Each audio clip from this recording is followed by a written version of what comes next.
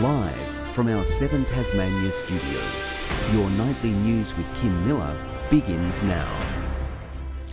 Good evening. First tonight, Tasmanian hospitality venues have been left flabbergasted by new rules requiring business owners to mandate COVID jabs for staff. A no jab, no entry policy will also apply to patrons on December 6, but questions remain about how that will be enforced. Unpacking the rules around COVID restrictions is proving a challenge for many hospitality venues. In 2 weeks' time, stand-up drinking and dancing in larger settings won't be allowed unless all patrons and staff get the jab. It'll be a question of whether businesses are under duty of care to make sure that their staff are vaccinated and the people that are coming into the venues are vaccinated in order to make sure that everybody's safe. While not everyone agrees the responsibility should fall on individual businesses, the Chamber of Commerce says a government mandate would cripple some small operators. I've spoken to one business, for example, that would be expected to lose 10% of their workforce if that was brought in. So I think for some businesses that would be very difficult. As the border reopening date fast approaches, Labor and the Greens are pushing for young people under 12 to have access to the vaccine as soon as it's approved. And there has to be a plan to vaccinate young children from 5 to 11 across Tasmania as soon as that is possible. Like parents across Tasmania, I'm desperate for them to have access to vaccines so that I can have peace of mind that they're safe when they go to school. And as more information becomes available, those decisions will be made. Meanwhile, Public Health has confirmed the 18-month-old child from Victoria who tested positive to COVID in Hobart last Thursday is healthy, while the Hobart Airport terminal is still deemed a low-risk exposure site. For now, hospitality businesses will be poring over their COVID safety plans to ensure their survival beyond December 15. Ainsley Kosh, 7 Tasmania News. The state's peak business body has ticked off on Marinus Link, calling it a win for business, environment and energy security. But key infrastructure could be forced off the grid in a decision Labor says could see Tasmania plunged into another power crisis. A controversial connector gets the stamp of approval.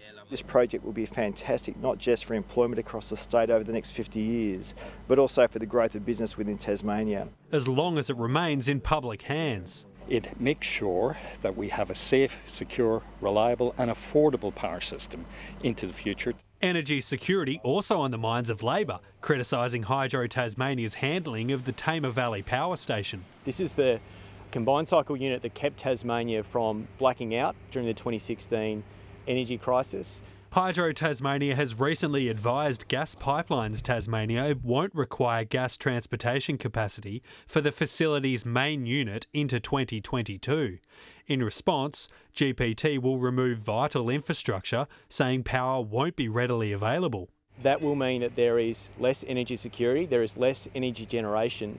Labor questioning why advice from 2 government agencies to keep it online has been ignored. Labor, of course, at the election said there would be upward electricity prices under our government. It's gone the opposite way. It comes as the state government lodges its federal funding submission for Bell Bay to become a hydrogen hub. It's around looking at water infrastructure, looking at transmission lines and looking at port infrastructure upgrades. But there's a stumbling block for one project. A final decision on Fortescue's 250 megawatt plant pushed back until next year. Josh Duggan, 7 Tasmania News.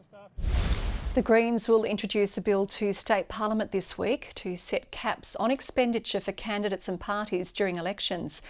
The electoral amendment bill mirrors legislation in South Australia and the ACT. Our legislation would ban donations from corporations and foreign donors. If you want to donate to a political party in Tasmania, you need to be a natural-born person and a citizen or permanent resident. It comes as the Legislative Council today debated future gaming reform legislation, which is set to change federal group's monopoly on poker machine licences. Giving more support to the Tasmanian community in terms of community service obligations and ensuring that there's a new era in terms of gaming in Tasmania. Debate is set to wrap up in the Upper House tomorrow. A car has flipped on a busy suburban Launceston street, bringing afternoon traffic to a standstill. Police say the sedan was travelling up David Street when it hit a parked car and rolled. They say the driver was knocked briefly unconscious and was taken to hospital as a precautionary measure.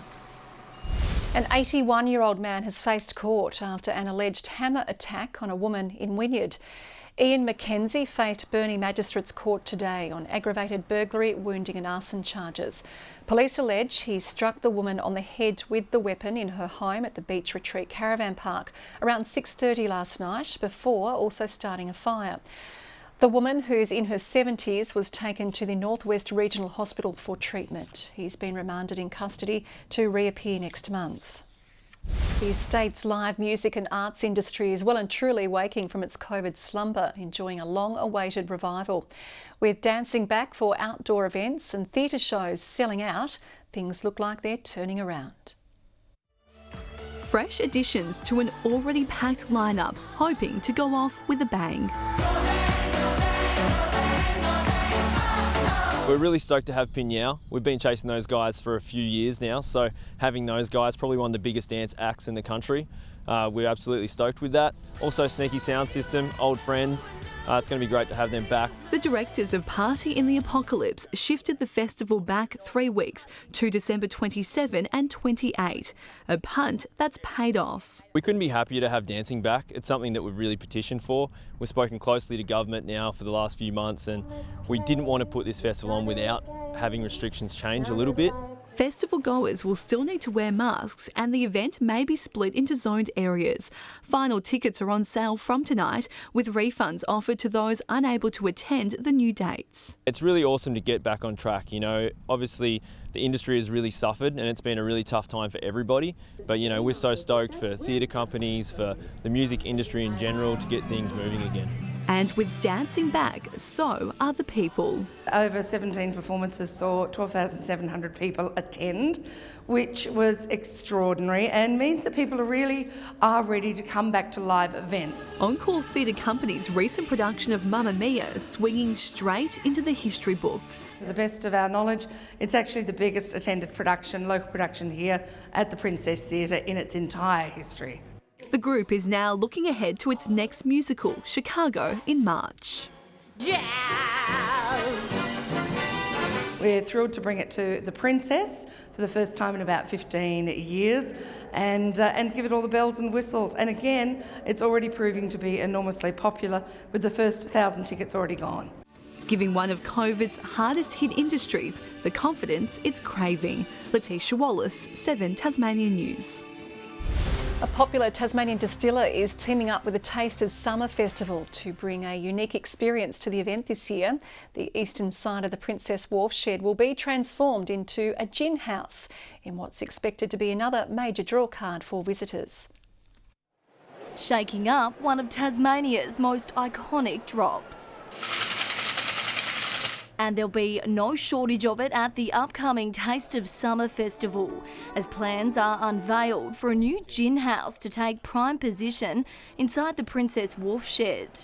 The gin house will bring to life everything that 40 Spotted Gin is. We're a gin all about flavour, all about natural botanicals. We see the partnership with Lark as Tasmanians collaborating with Tasmanians. Lark have got a great history in Tasmania producing world-class products. The Lark Distilling Co and 40 Spotted Gin are the brains behind the idea, in what is hoped to be a major boost for the local industry as they re-emerge from months without interstate visitation. And we really believe that influx is coming from both interstate and from globally, and we're very excited to put our products on a global stage. Tens of thousands of people will flock to the waterfront at the end of December for the event, in what will be one of the first festivities in the state to welcome back visitors from across the country.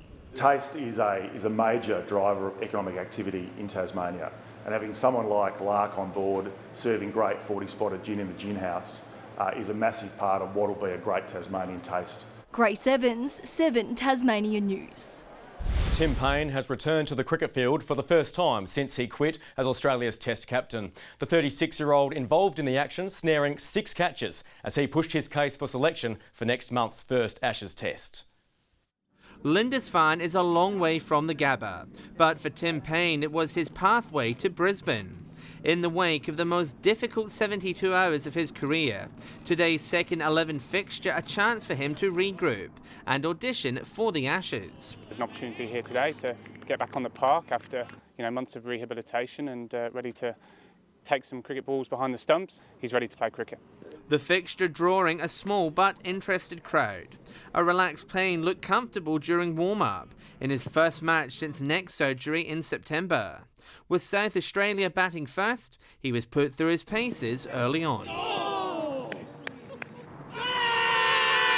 As the Tigers skittled the Redbacks for just 165, it wasn't long before he reminded selectors of his potential, taking a number of catches, including this screamer.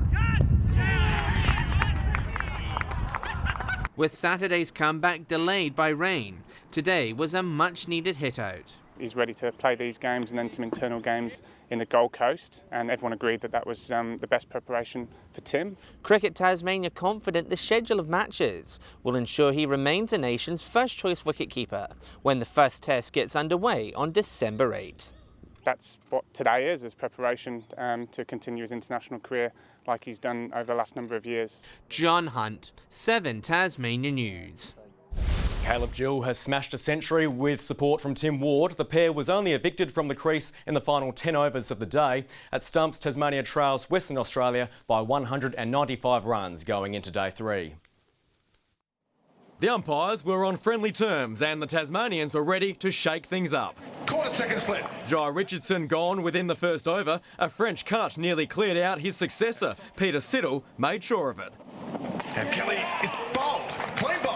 Siddle struck again to remove Cameron Gannon, but there was no stopping Sam Whiteman, unbeaten on 176, as the Warriors declared when the tally trickled over 400. The score would have looked great lit up on the brand new scoreboard. It was left to the old one to show a sensational opening partnership. Caleb Gill went into overdrive after passing his half-century.